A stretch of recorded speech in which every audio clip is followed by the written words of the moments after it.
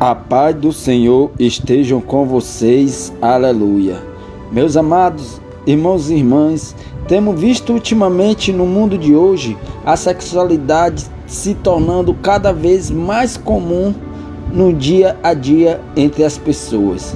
Só que esquecemos que o inimigo é especialista em distorcer as coisas de Deus e temos visto aquilo que deveria ser um símbolo de aliança entre um casal tem se transformado em algo banal, surreal, onde apenas o prazer é o que tem reinado.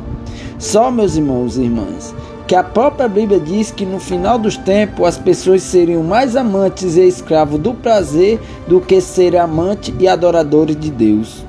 E é por isso, meus amados, que temos visto ao nosso redor, em nosso convívio, o aumento significante e assustador de traições, término de casamento, homens e mulheres trocando de parceiro em um pequeno espaço de tempo, como fosse trocar de roupa, ou se estivesse usando um brinquedo que com pouco uso se abusa e troca por outro.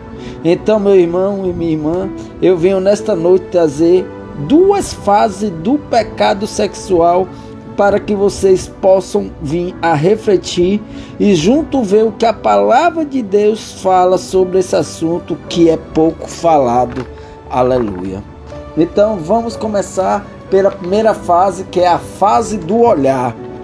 Essa primeira fase, meus irmãos, ela começa pelos olhos. A grande maioria do pecado de adultério, de fornicação, começa pelo olhar. Existe até estudo que conclui que tudo que você possa focar com seus olhos por um certo período de tempo é o que vai determinar a sua atitude. E para algumas pessoas, o ato de apenas olhar fotos, vídeos de teor inadequado pode parecer até normal, inofensivo, mas o cérebro passa a manipular de forma diferente, ativando o inconsciente ao desejo de satisfazer uma curiosidade.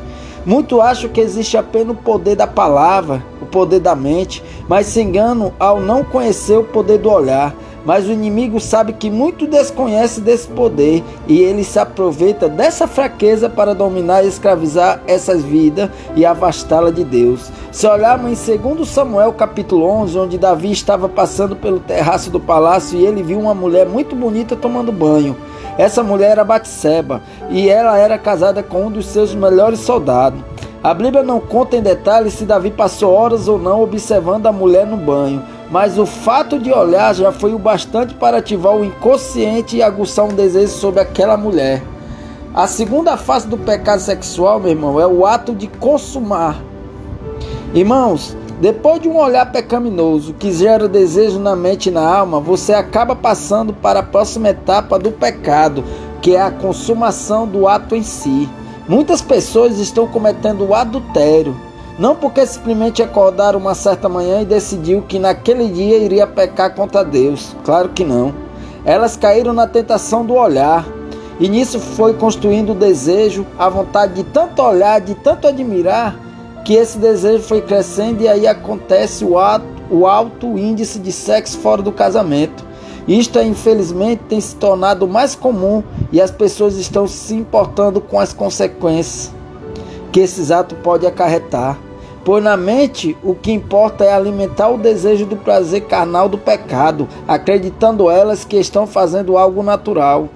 E as consequências, meus irmãos, muitas vezes são gravidez indesejada, doença sexualmente transmissível, reputação em meio à sociedade.